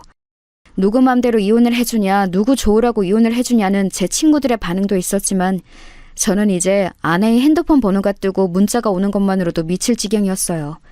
이때 정말 고마운 친구 녀석 한 놈이 기분 전환 좀 하라고 드라이브를 시켜주었답니다. 우리 딸은 자기네 애들이랑 놀도록 하고 저만 오롯이 데리고 바다에 데려가 줬었어요. 생각해보면 이 친구 아니었으면 저 몇 번이나 황망한 선택을 했을지도 모르겠어요. 결혼한 내내 얼굴이 펴지지 않았고 그나마 아이만 생각하며 잘 지내려던 제가 왜 이런 우스운 꼴을 당하게 된 걸까요? 그나마 제 곁에 가족이 있었고 제가 위험해 보인다면서 신경 써준 친구 녀석들 몇이 있어서 삶을 이어가게 되었어요. 딸아이를 달래는 데에는 시간이 무척 많이 걸렸고 이때 형수님이 하셨던 말씀도 참 가슴에 박히더라고요. 나쁜 뜻이 아니라 이해가 너무 되는 말이라서요. 서방님, 솔직히 지영이는 아예 어릴 때 자기 엄마랑 기억이 없을 때 이런 일을 겪거나 아니면 아예 한 10살쯤 되어서 뭔가 이해할 만할 때 그랬으면 괜찮을 수도 있어요. 이러나 저러나 애들은 가엾고 안 됐지만 적어도 아예 모르거나 아니면 받아들일 상황이 되니까요. 하지만 제가 볼 땐 중고생이어도 받아들이기 힘든데 지영이는 너무 애매한 나이예요. 학교도 안 가고 어린이집 다니는 꼬맹이한테 엄마랑 보낸 시간이 선명한 애한테 너무 괴로운 체험이었을 것 같아요. 제가 볼 때 서방님도 그렇고 지영이도 치료받아야 해요. 처음에는 이 단어가 너무 어색하고 걱정스레 느껴졌지만 맞는 말인 것 같았어요. 저와 아이 둘 다 그때 눈앞에서 아내와 엄마가 떠나가는 걸 멍하니 지켜보고 있었으니까요. 아무리 불러도 잡혀지지 않고 당연히 일상을 보내던 한 사람이 자기 발로 도망치듯 나가는 걸 경험했어요. 그리하여 중간에 몇 번 상담도 받고 저는 아이와 시간을 보내려고 노력하느라 너무 힘들었어요. 저도 상처가 심한 판국에 더 심한 아이를 돌봐줘야 했으니까요. 둘이 상담받으러 가는 와중에 아이는 차 안에서 기절할 듯 소리를 지르면서 울더라고요. 아빠, 엄마 보고 싶어. 엄마한테 데려가줘. 엄마 보고 싶어. 아빠, 나 엄마한테 갈래. 엄마한테 데려다줘. 귀가 찢어질 듯 웽웽거리면서 오래되는 딸아이를 달래고 운전하면서 차선을 제대로 못 보고 머리는 엉망이 되고 큰 사고가 날 것 같아 갓길을 급히 세우기도 했었어요. 다 짜증나서 이딴 거 다 집어치우고 하지 말자고 소리를 빽빽 지르고 아이를 부모 혼자서 키우는 게 이렇게 지치고 힘든 일인지 새삼 체감했었네요. 이후로 아이 머리 묶이는 것도 잘 못하니 이걸로도 딸아이랑 부딪히고 아이 어린이집에는 대충 사정을 말하고 양해를 구하게 되었어요. 원장님도 처음에 놀라시더니 그래도 여러 부분에서 협조하시겠다고 하더군요. 아버님 상심이 크시겠어요. 지영이가 어린이집 있는 동안에는 저희가 잘 케어할게요. 그럼 어머니 연락처는 삭제하고 모든 상황에 대해 아버님이랑 할머님 쪽으로 연락을 드려야겠네요. 이래하여 필요해서 오픈을 했는데 딱히 원장님이 말하신 건 아니지만 어린이집 등하원을 하는 중 엄마들이 수근수근 되더라고요. 어머, 지영이 아빠신가? 요즘 지영이 엄마 왜 이렇게 안 보여요? 아, 맞다. 카톡 사진 보니까 어디 해외 여행 간 것 같던데. 괌인가? 근데 다 같이 간 거 아니었어요? 그러자 옆에 있는 애엄마가 또 이렇게 말하는데 참 난감했어요. 아니야. SNS 보니까 좀 전에도 괌이라고 올라왔던데? 그럼 회사 출장을 간 건가? 아무튼 지영이 아버님 되게 자상하시다. 부인 해외여행도 보내주시고 애도 봐주시고. 우리 남편은 절대 그런 거 꿈도 꾸지 말라고 하거든요. 내가 결혼을 잘못했지. 결혼을 잘못한 건 저다. 괌이건 캐나다건 미국을 갔건 나랑은 모르는 사실이라고 말하고 싶지만 말할 수 없었죠. 제가 가장 괴로웠던 건 아내와 나름 연결고리가 있는 분들 때문에 자꾸 쓸데없는 내용들이 들려온다는 거예요. 이때 어린이집을 옮기기엔 저희 본가와도 가깝고 아주 힘들게 들어갔던 곳이라 엄두가 안 나더라고요. 하지만 급기야 이런 소식을 듣고 나니 진지하게 고민을 하게 되었답니다. 비가 억수로 쏟아지던 날 유독 말 많고 남의 일에 관심 많아 보이는 한 애엄마가 저를 붙잡더군요. 어머, 지영이 아버님, 저 그 사실 몰랐잖아요. 저번에 눈치 없이 말씀드려서 너무 죄송해요. 아유, 혼자 지영이 케어하시느라 얼마나 힘드시겠어요. 네? 무슨 말씀이신지 저 바빠서 이만. 아이, 왜 그러세요? 또 죄송하게. 저기 다 알게 됐어요. 지영이 엄마랑 이혼하셨다면서요. 아유, 저도 모르고 있었는데 딴 엄마 말로 재혼해서 산다는 것 같더라고요. 그거 보고 우리 기겁했잖아요. 이혼한 것도 몰랐는데 대뜸 재혼이라고? 이러면서. 그때 지영이 아빠 앞에서 이래저래 아는 척한 게 너무 죄송한 거 있죠? 너무 민망하고 그래서 제가 대표로 사과하는 거예요. 우리 애들은 똑같이 지영이랑 놀고 할 거니까 마음 놓으세요. 아빠 혼자서 너무 고생이 많으시겠어요. 이때 정말 너무 불필요한 애기들이 귀에 흘려들어오니 미치겠더라고요. 재혼이라니요. 이혼한 지 뭘 얼마나 됐다고 동네방에 떠들고 다닌 건지. 그새 언놈이랑 무슨 놈의 재혼을 했다는 걸까요? 이혼한 뒤에 인생은 각자 가는 거라지만 적어도 제 귀에 들려온 이상 신경이 안 쓰일 수 있나요? 빗방울이 계속 쌓이는데 그 엄마는 자기 마음만 편하려고 계속 쓸데없는 정보를 쏟아내면서 사과 아닌 사과를 하더군요. 안 그래도 며칠 전 지나가다가 저 역 앞에서 봤는데 뭐 멀리서 살지 않고 저 아파트에 사는 것 같더라고요. 거기가 도로 하나 차이로 구가 달라지잖아요. 자기 딴에 뭐 먼데 가서 살겠다고 하다가 잘 안 됐는지 아니면 엄연히 구가 다르니 다른 동네라고 생각하는지는 몰라도요. 응? 어머머머.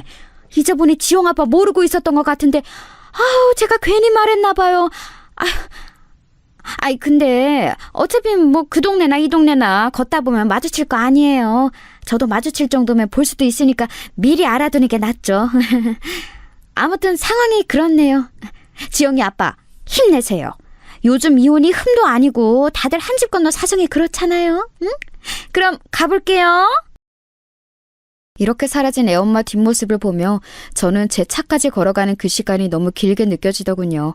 나는 아직도 마음을 추스리지 못하고 분노에 뒤싸여 살고 있는데 번듯하게 재혼을 했다니요. 참 팔자 대단하다는 생각밖에 들지 않았어요. 어머니께 이 말씀을 드리자니 알아놓으실 것 같고 형한테만 얘기를 했답니다. 당연히 형은 불같이 화를 냈어요. 야, 보통 미친 게 아니다 진짜. 너 제수씨랑 헤어진 거 1000번 만번 잘한 거 맞아. 근데 정말 사이코도 아니고 아니면 어지간히 사람을 무시하는 건지 그게 뭐 하는 짓이래? 왜 이 근방에서 사는데? 자기 딸이랑 전 남편 마주칠 생각은 못하는 거야? 나 진짜 내가 마주치면 가만 안 놔둘 거야. 아주 기싸대기를 날릴 거니까 너 그렇게 알아. 딴 사람은 몰라도 나랑 마주치면 곱게 안 보내. 형의 심정이 100번 이해는 가지만 진짜 한편으론 불곰 같은 성격인 형과 제 아내가 마주치게라도 될까봐 걱정이 되더라고요. 맘 같아서 저라고 더한 짓을 못할까요? 법이 그렇고 상황이 복잡하니 그따위 짓을 해봤자 손해되는 건 우리니까요. 그냥 참고 속을 삭히고 있는 와중에 아내는 아예 애가 보내는 문자도 답을 안 해주더라고요. 자기 새살림을 차려서 그런지 모르겠지만 전에는 어린이날에 한 번 만나러 나오기도 했었어요. 근데 보지도 않겠다고 하고 양육비 얘기도 서로 대화가 안 되고 그냥 완전히 다 덜어내고 싶어 하는 것 같더군요. 이 부분을 애한테 이해시키는 건 참 죽을 맛이었어요. 엄마가 일이 있어서 연락이 잘 안 되는 것 같아. 멀리 공부하러 가서 한동안은 전화하고 만나기 힘들대. 그래서 답장을 못 하는 거야. 싫어. 엄마한테 전화해줘. 엄마 목소리 듣고 싶어. 아니면 엄마한테 보내줘. 왜 안 되는데? 나 아빠 말 잘 들었잖아. 엄마랑 또 만나고 싶어. 엄마가 다음에 또 보자고 했단 말이야. 전화라도 해줘. 이렇게 떼를 쓰고 들어놓는 딸아이는 이럴 행동을 할 연령대가 이제 아님에도 저에게 무제한으로 난동을 부렸어요. 더 애기 같아지고 버릇없게 굴고 어린이집에서도 돌연 울고 친구를 때리기도 하는 등 불안한 행동을 하더군요. 전화 받는 날이 늘어나고 상담이나 치료 같은 걸 다른 쪽으로 해보는 게 어떻겠냐는 말을 듣는데 저도 순간적으로 머리를 감싸쥐고 이런 말을 하게 되더군요. 선생님, 저도 모르겠네요. 어떻게 하면 될까요? 누가 좀 이렇게 하라고 확 정해주면 좋겠어요.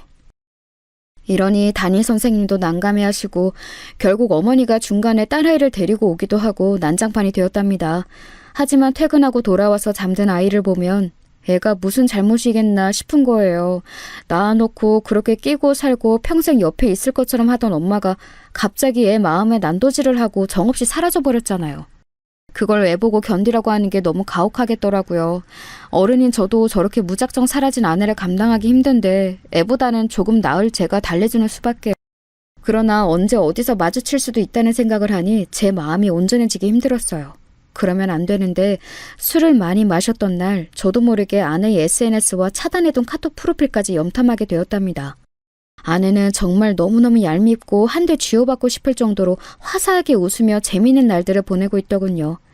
집인 듯한 고급 아파트에서 사람들을 불러 모은 듯한 사진도 있고 재혼한 남자랑 다정하게 찍은 사진도 있고 말이에요. 이혼한 지 뭐 한 5년은 되었으면 괜찮았을까요? 2년도 안 된 상태로 금방 재혼해서 새댁처럼 저러고 있는 모습에 역겨움이 느껴졌어요. 저는 하루가 다르게 말라가고 죽을 상을 하고 회사를 다니고 있는데 말이에요. 진지하게 정신과 치료가 필요하겠다 싶었어요. 솔직히 누가 봐도 아내는 정말 너무 악질 아닌가요? 무슨 대단한 원수를 지었길래 아니면 얼마나 머리에 오물만 가득하고 비어있길래 이혼한 전 남편과 딸 근처에 새 살림을 차리냐고요. 당시 어머니가 아프셔서 몸져 누우실 때도 많았고 솔직히 이건 역시 제 탓일 것 같았어요.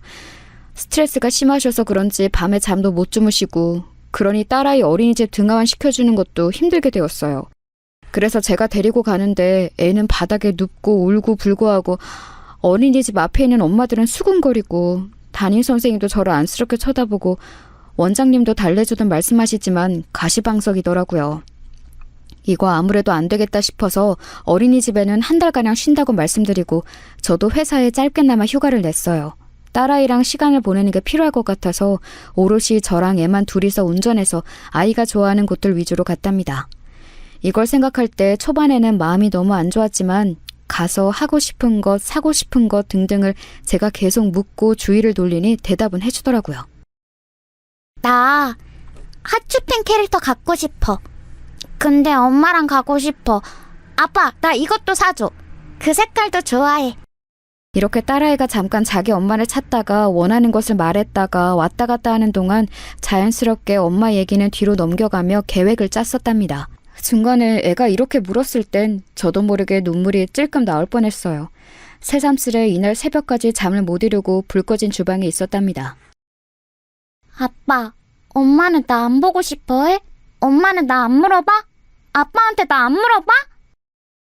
저는 이 말에 도통 이성을 잡고 있기 힘들어서 억지로 질문을 넘겨가면서 다른 얘기를 했어요. 제가 아이나 어떤 심리에 대해서 잘 알고 있는 좋은 선생님이나 훈련된 사람이라면 좋은 대답을 했겠죠. 그러지 못한 상태로 무방비로 얻어맞은 아이의 질문은 아이와 저 모두에게 가슴을 찢어놓는 부분이었던 것 같아요. 그래도 어찌어찌 준비해서 딸아이와 둘이 여행도 다녀오고 최대한 아이 수준에서 좋아하는 체험관도 가고 맛있는 것도 잔뜩 먹이고 장난감도 사주고 평소 금지했던 핸드폰도 줘가며 서로 사진도 찍고 꽤 시간을 많이 보내고 왔어요. 그렇게 걸어오면서 이건 일순간 달래기 용도가 아니라 앞으로 펼쳐질 하나의 관문이었다는 생각이 들었어요. 그렇겠죠. 저는 일반 가정들이 웃고 울며 지내는 그 평범한 시간을 누릴 수 없을 거예요. 그 각오를 하다 보니 돌아오는 차 안에서 그렇게 눈물이 나더라고요. 아무튼 집으로 돌아왔고 어머니가 아이를 몇 주간 데리고 계시겠다고 하셔서 그러겠다 했어요. 어머니 댁에 가기 전 뭐라도 좀 사가려고 딸아이랑 마트를 갔는데요. 그렇게 일을 갈면서 버티고 있던 저에게 역시 터질 만한 일은 터지게 되어 있나 봐요. 한 번은 마주치지 않을까 싶었는데 그것도 저 혼자 있을 때 마주칠 것이지 이럴 수가 있나요? 하필 엄마 이름만 들어도 난리를 치고 과민하게 반응을 하는 딸 앞에 그 사람 많은 대형마트에서 아내가 나타난 거예요. 처음에는 제가 발견했고 아내 역시 저를 마주했고 둘 다 당황한 상태였어요. 오빠! 이렇게 슬쩍 내뱉고 본인도 놀래서 입을 꾹 다무는 거 보니 무의식 중에 튀어나온 거였나 봐요. 아마 본심은 저랑 마주친다면 아는 척을 하고 싶지 않았던 것이었겠죠. 저 역시 그랬고 저기도 그랬을 거예요. 아무튼 우리는 마주치게 되어버린 겁니다. 저와 딸 그리고 아내와 재혼한 새 남자까지 넷이서 과자 코너에서 말이에요. 저는 뭐라고 아내 이름을 부를 뻔했지만 아내가 먼저 저를 부르는 바람에 침을 꾹꾹 삼키며 겨우 말을 참을 수 있었어요. 이때 제 머릿속을 아주 어지럽게 했던 것은 딸아이가 지금 내 주변 어디쯤 있나 하는 거였어요. 뒤에 있었나 앞에 있었나 과자를 보고 있나? 설마 지금 이 순간 나처럼 같은 자리에서 자기 엄마를 발견한 건가? 싶어서 손에 땀을 쥐고 얼른 딸아이를 찾으려는 순간 물은 엎질려져 버리고 말았어요. 공기를 날카롭게 가르며 묵직한 소리가 쏟아져 나왔거든요. 엄마!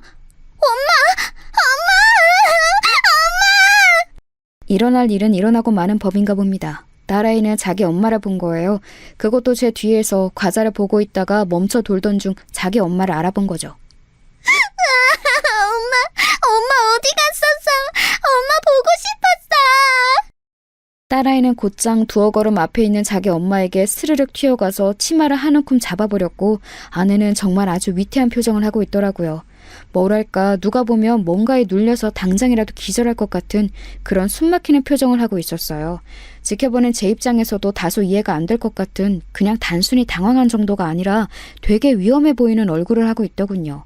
아무튼 이 시각에 아내 옆에 서 있던 그 새 남자는 키도 훤칠하니 크고 좋기 190은 되어 보이더군요.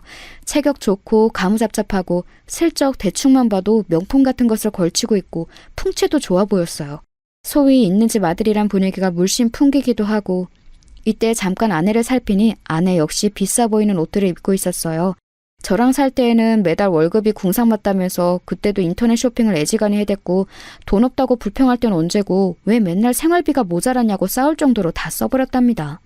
그땐 제 월급 수준 안에서 있는 힘껏 돈을 다 써버리고 제멋대로 했다면 이날 봤던 아내의 인상은 뭔가 업그레이드된 느낌이었어요. 뭐랄까 삶의 단계가 몇 단계 훅 올라가 버린 느낌 있잖아요. 경제적으로 여유 있고 잘 사는 집으로 갔구나 싶게 그런 느낌이 물씬 풍겼어요. 아내 SNS에 본 집도 고급 아파트였고 전부 대리석이 깔려있고 그릇들도 비싸 보이고 저와 함께 살던 시절에 아내가 늘 부러워하던 것들이었으니까요. 아무튼 그 남자는 이렇게 반응하는 제 딸과 저를 일순간 쳐다보았어요. 저와도 눈이 마주쳤고 저나 그 남자나 서로 경계하는 눈빛이 만연했고요.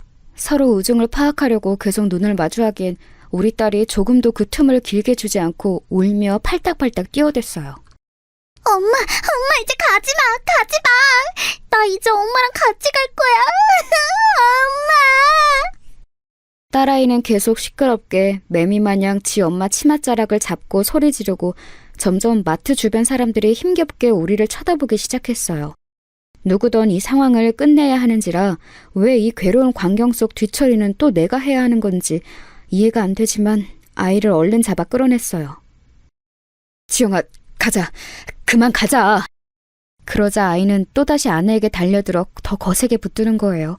그런데 이때 아내가 일순간 이렇게 말을 했는데 그 말은 그렇게 악바리처럼 달려들던 딸아이조차 멈추게 만들었어요. 옆에 있던 아내의 그 남편이란 사람도 미간을 순간적으로 찌푸리더군요. 저기 꼬마야, 너 누구니? 이거 좀 놔줄래? 아주 힘없이 기어들어가는 소리로 눈을 마주치지 않고 저렇게 띄엄띄엄 말하는 아내의 모습에 저는 머리에서 열이 오를 대로 오르고 있어요. 실제로 밥솥처럼 김이 오르지 않을까 싶을 정도로 분노가 제어되지 않더군요. 거의 혀 중간 부분까지 욕이 떼구르르 굴러오면서 밖으로 튀어나오려던 찰나에 딸아이는 큰 소리로 울부짖었어요. 이 소리가 너무 재지듯 크게 들려 정말 동네 망신도 이런 망신이 없을 정도로 모두의 주목을 받게 되었답니다. 엄마, 왜 거짓말해? 내가 누구긴 누구야? 지영이잖아. 엄마 김유미 엄마 왜 그래? 엄마 미워. 왜 거짓말해?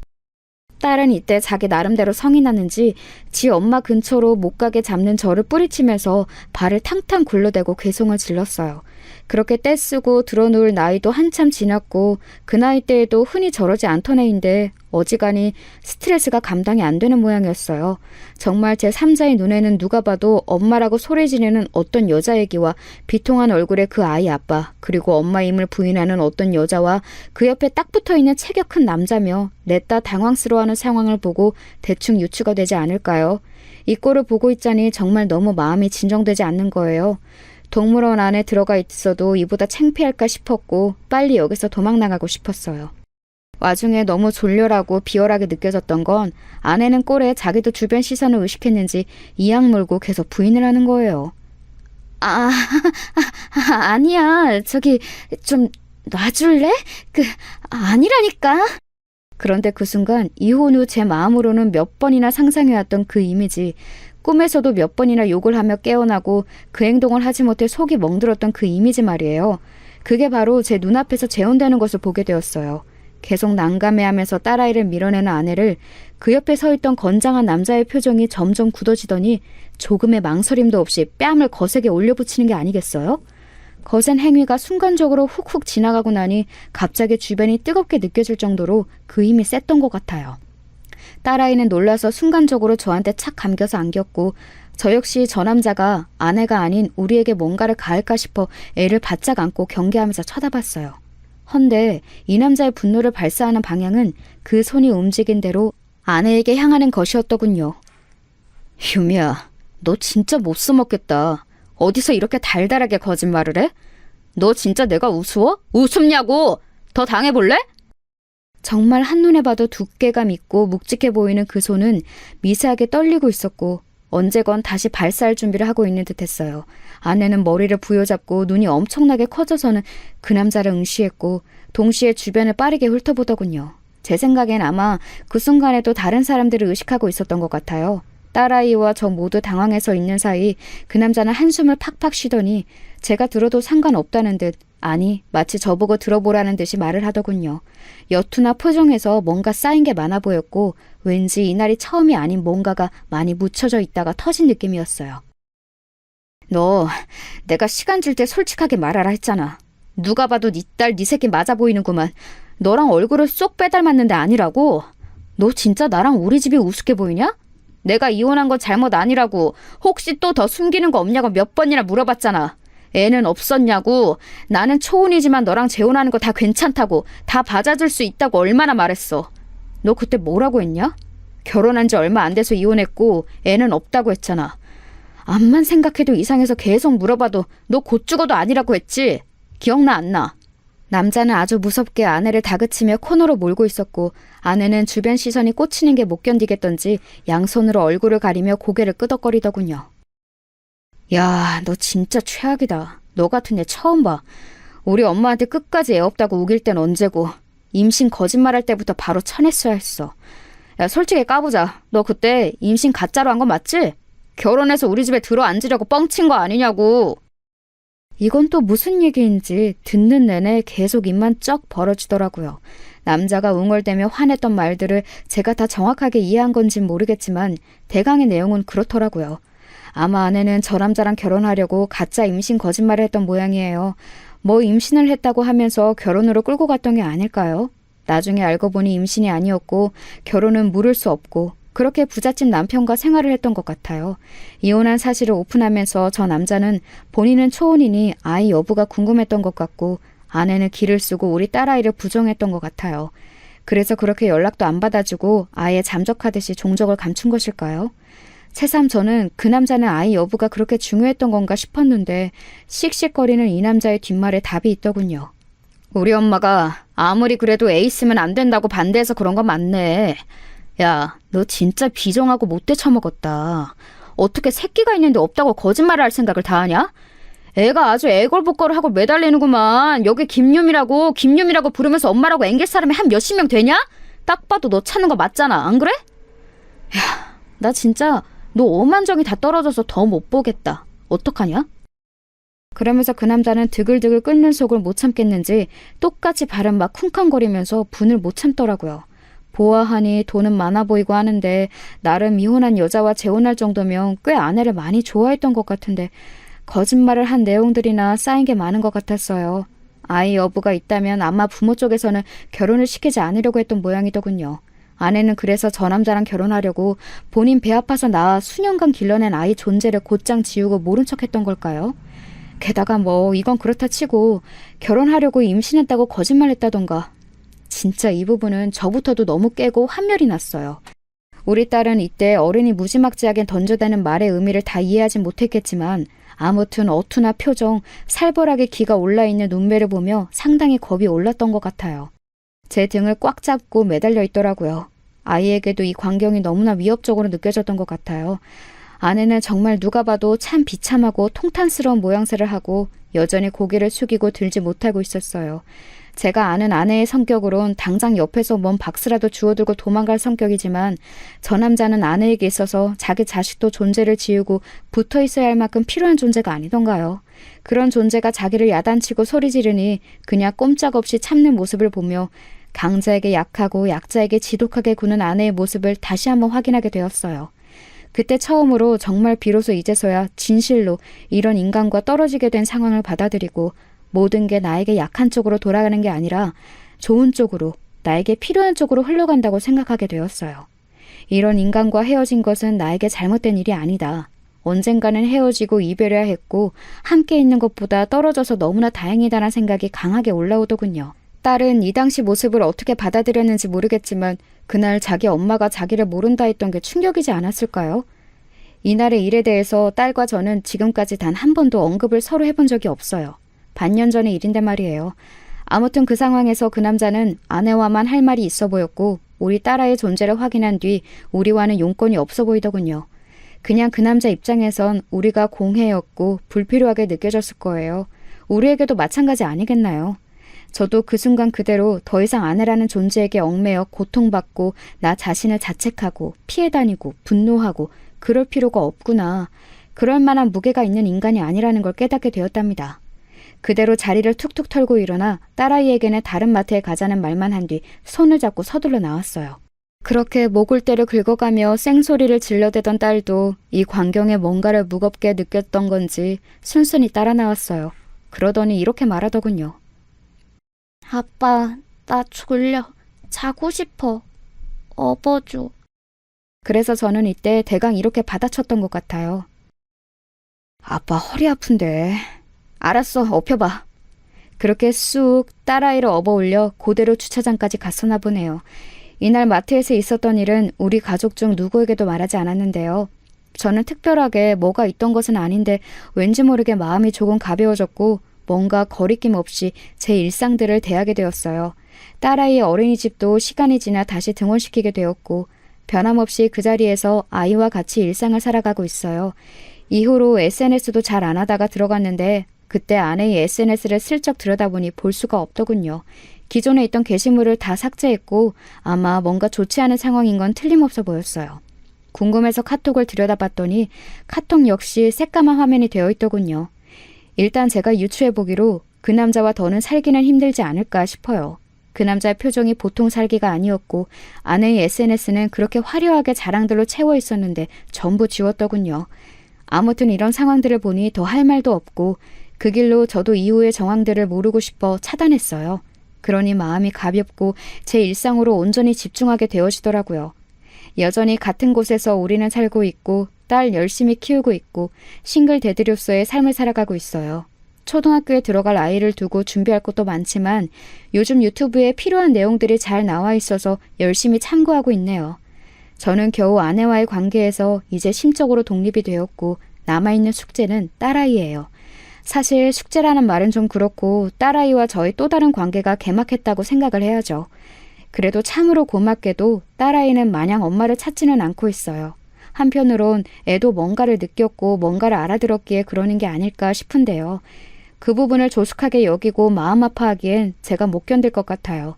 나중 가서 어떻게 심리적으로 치료를 하고 해결을 해주는 방법이 있을지언정 지금은 아이가 엄마에 대해서 언급하지 않고 굳이 기억하지 않으며 저와의 일상에 집중할 수 있도록 노력하고 있답니다.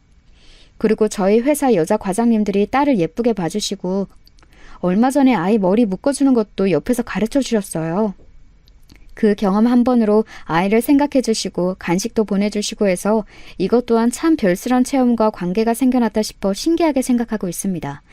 이혼이 요즘 흠이 아니고 여기저기 많다는 말은 저에게 딱히 위로나 힘이 돼주지는 않아요. 단지 그들이 어떻게 살아내고 있는지는 여전히 궁금한 부분이고 그래서 더 가족이란 모양을 진정으로 갈망하게 되는 것 같네요. 그 전에 평범히 결혼 생활을 하고 있을 땐 몰랐던 부분인 것 같아요. 정신 똑바로 차리고 살아가야겠어요.